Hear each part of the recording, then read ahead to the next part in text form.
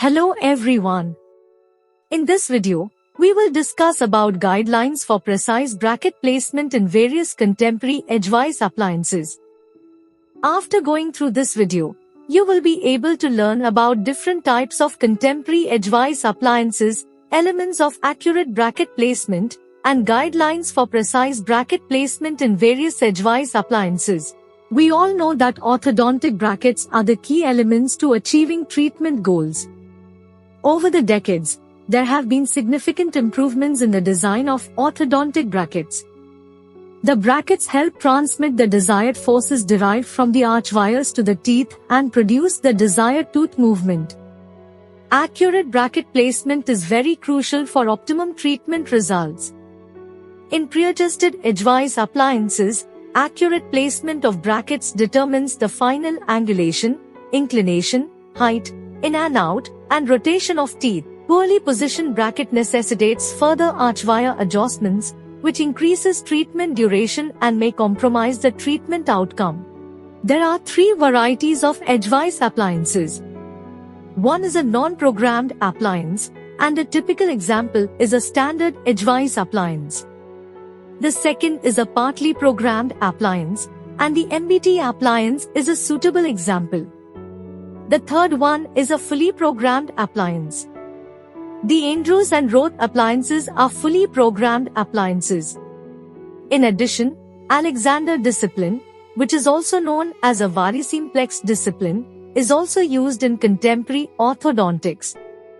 However, in each appliance type, the precise bracket positioning principles vary. In non-programmed or standard edgewise appliances, the brackets do not have any slot angulation or inclination, and their bases are at the right angles of the stems. When these brackets are sighted, the slot point does not remain on the crown's mid-transverse plane. In partly programmed appliances, the brackets possess restricted slot inclination to their faces, and bases are at right angles to the stems. When partly programmed brackets are sighted, the slot point of the brackets does not remain on the crown's mid-transverse plane. Also, these brackets may not have both inclined and vertically contoured bases, resulting in errors in positioning vertically flat-based brackets on the curved tooth surfaces. In fully programmed appliances, slot inclinations are built into the bracket bases. When brackets are sighted, the slot point remains on the crown's mid-transverse plane, as shown in the picture. Now, we will discuss various elements of precise bracket placement. Four elements that need attention during bracket placement are base adaptation, rotational position, vertical position, and slot angulation. Irrespective of bonding techniques, that is, direct or indirect bonding, one should strive to optimize each bracket placement relative to these four elements. To achieve an accurate base adaptation, the contour of the bracket base must follow the contour of the tooth surface. An ideal base contour helps to ensure an even flow of adhesive during bracket seating. Incomplete bracket seating, as shown in the picture, can result in an unwanted rotation of a tooth during orthodontic treatment. The accurate rotational position of a bracket on a tooth is to be checked from occlusal aspects. For incisors, the brackets must be positioned mesiodistally at the center of their crowns. For canines and premolars, the brackets must be in line with labial cusp tips. For molars, the center of the brackets should be in the buccal grooves. The vertical position of the bracket slots is influenced by many factors. The incisal edge, cusp tip, and marginal ridge are commonly considered as references to determine the vertical positioning of brackets. In many appliances, the middle third and center of the clinical crown are considered the ideal location. The vertical position of the molar tube is also used as a benchmark to determine the vertical positioning of brackets in other teeth. Variations in the vertical position of brackets in pre-adjusted edgewise appliances affect not only the occlusal gingival position of teeth but also the expression of torque and tip. The desired slot angulation of each bracket should be determined by evaluating the position of the roots. A periapical radiograph can be used as a guide during bracket placement. If the root angulation needs to be corrected, then adjustments in the slot angulation are to be incorporated during the bracket seating. In addition to the 4 elements discussed previously, the position of the operator during bracket placement is crucial. The operator's eye should be exactly in front of the tooth. Viewing the tooth from the sides or from above or below must be avoided. The patient's head must be turned to the side while the brackets on the posterior teeth are placed. Now we will discuss in detail the horizontal, axial, and vertical accuracy for precise bracket positioning in different appliances. Accurate horizontal or mesiodistal placement of brackets is crucial for the correction of tooth rotation. The mesiodistal rotational position of the brackets needs to be checked from the occlusal aspects with a mouth mirror so that the brackets can be positioned accurately in relation to the vertical long axis of the crown. For incisors, the brackets must be positioned mesiodistally at the center of their crowns.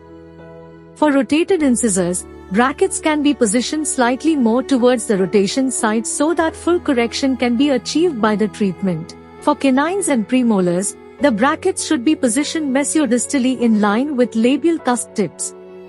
For mandibular canines, brackets should be placed on the vertical midline or slightly mesial to it to achieve proper contact with the lateral incisors. For molars, the brackets or molar tubes should be in the buccal groove, as shown in the picture. As we discussed, precise mesiodistal bracket positioning is crucial for rotation correction, but an error in the horizontal bracket positioning can result in the rotation of a tooth during orthodontic treatment. Axial accuracy of edgewise bracket positioning is essential to achieve accurate mesiodistal angulation or tip of a tooth. For axial accuracy, it is essential to accurately visualize the long axis of clinical crowns of teeth. Thus, either an orthopontomogram or an intraoral radiograph can be used to determine the angulation of a tooth for precise axial bracket placement. For axial accuracy, the mesial and distal bracket wings must be parallel with the long axis of the clinical crown. Remember, the incisal edges of the incisors should not be considered when assessing the axial accuracy of bracket placement. The ideal side for the vertical position of a bracket in various appliances is different. Accurate vertical bracket positioning is usually affected by abnormal crown height, partially erupted tooth, gingival hyperplasia, and abnormal inclination of a tooth. Tweed suggested the incisal edge of incisors as a reference line to determine the vertical position of brackets. However, Saltzman advocated the middle third of the crown as the ideal location for vertical bracket placement. According to Holdaway, overbite is a determinant of vertical bracket positioning. According to Holdaway, the bracket should be positioned at an incisal third of the crown if there is an increased overbite and at the cervical third in open bite. In contrast, Jalbach used crown form as a predictor to decide the vertical position for brackets. According to Ricketts, marginal ridges should be used as guidelines for molar tube placement and vertical positioning of brackets. Similarly, Carnason and Johnson suggested that the vertical position of the molar tube should be considered as a benchmark to determine the vertical position of brackets on incisors, canine, and premolars.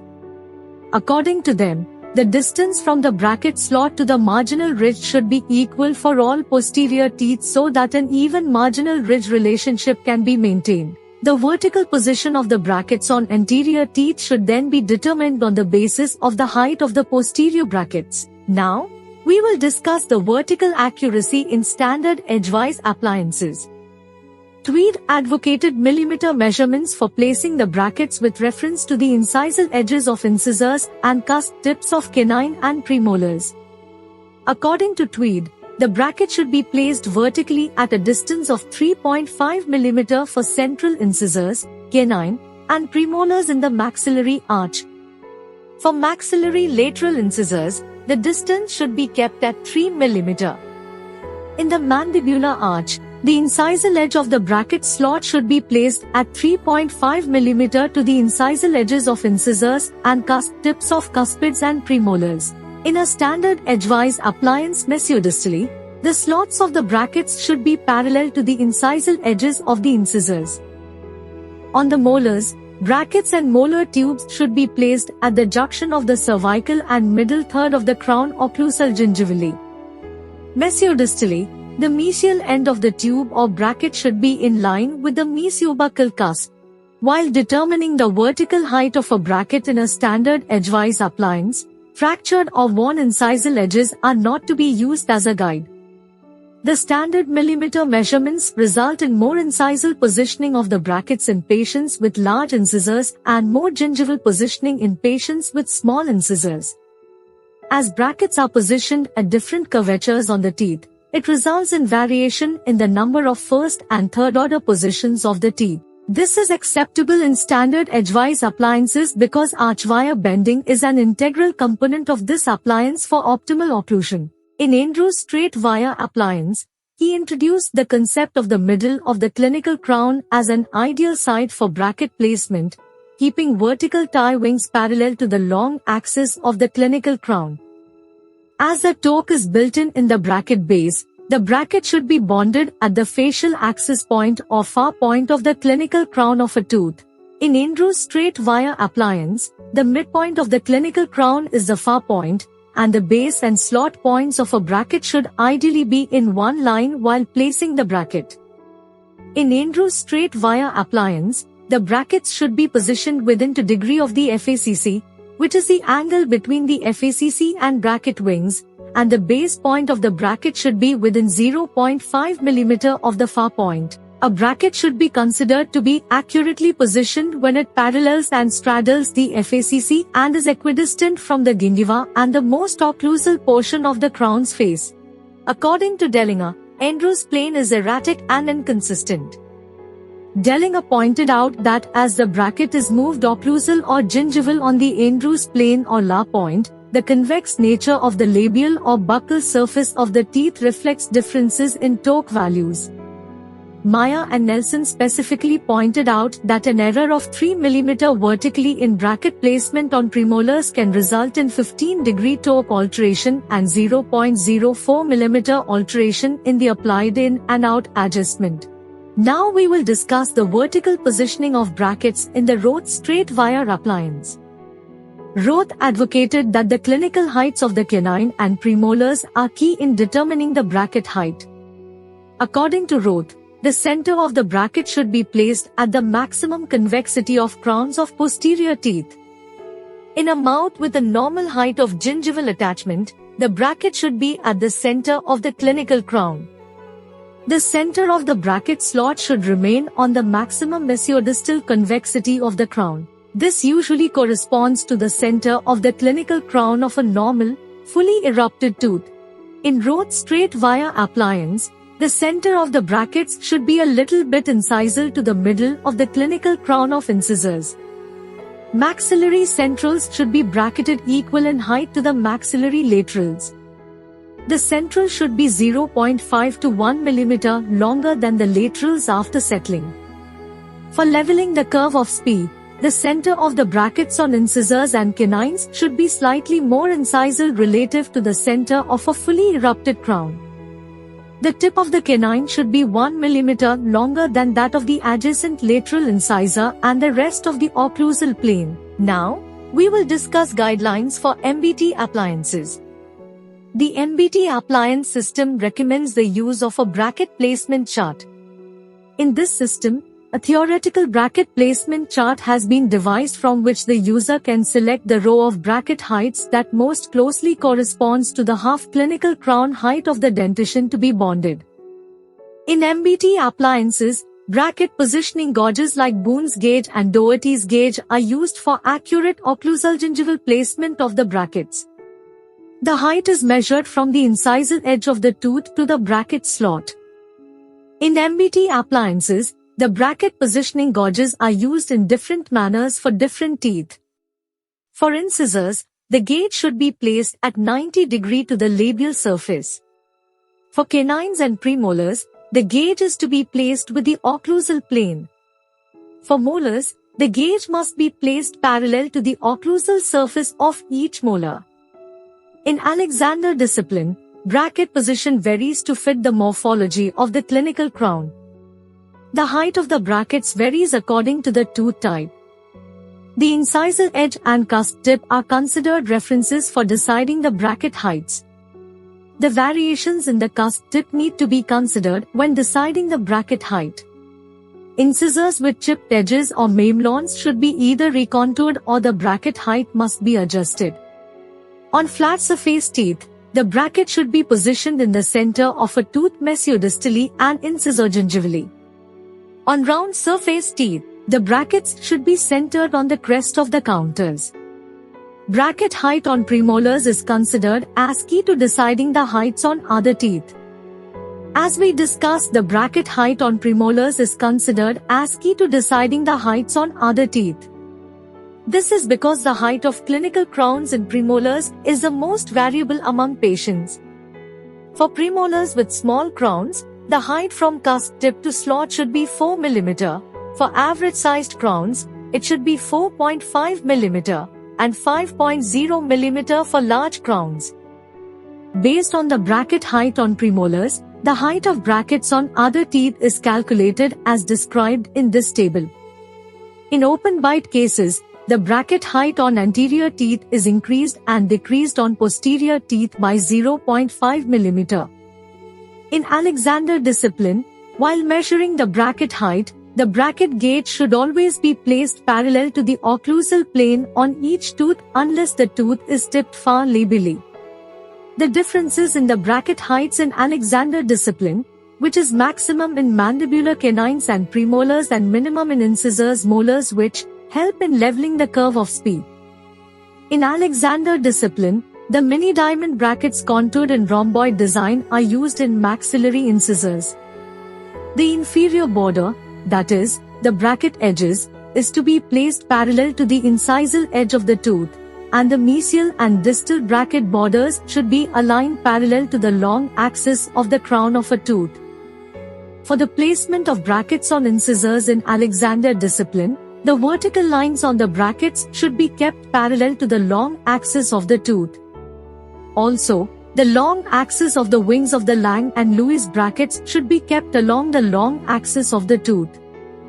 From all previous discussions, we learned that the vertical bracket height varies from appliance to appliance.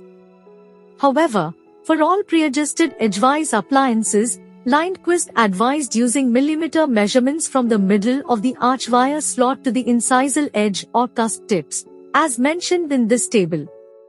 Lindquist found that this millimeter measurement works quite well in most situations. According to Lindquist, these measurements are typical for normally erupted incisors. However, according to Lindquist, for shorted crowns, the height must be less, but the difference between the measurements among different teeth should remain the same. In open bite cases, the height of the brackets should be increased for anterior teeth and decreased for posterior teeth. According to Lindquist, the slots of the posterior brackets and molar tubes should be equidistant from an imaginary line drawn through their marginal ridges. Accurate bracket position is very crucial in the design of a fully activated appliance. Accurate bracket positioning is essential to the timely achievement of ideal results. Inaccurate bracket placement requires complex wire bending and needs more time to complete the treatment.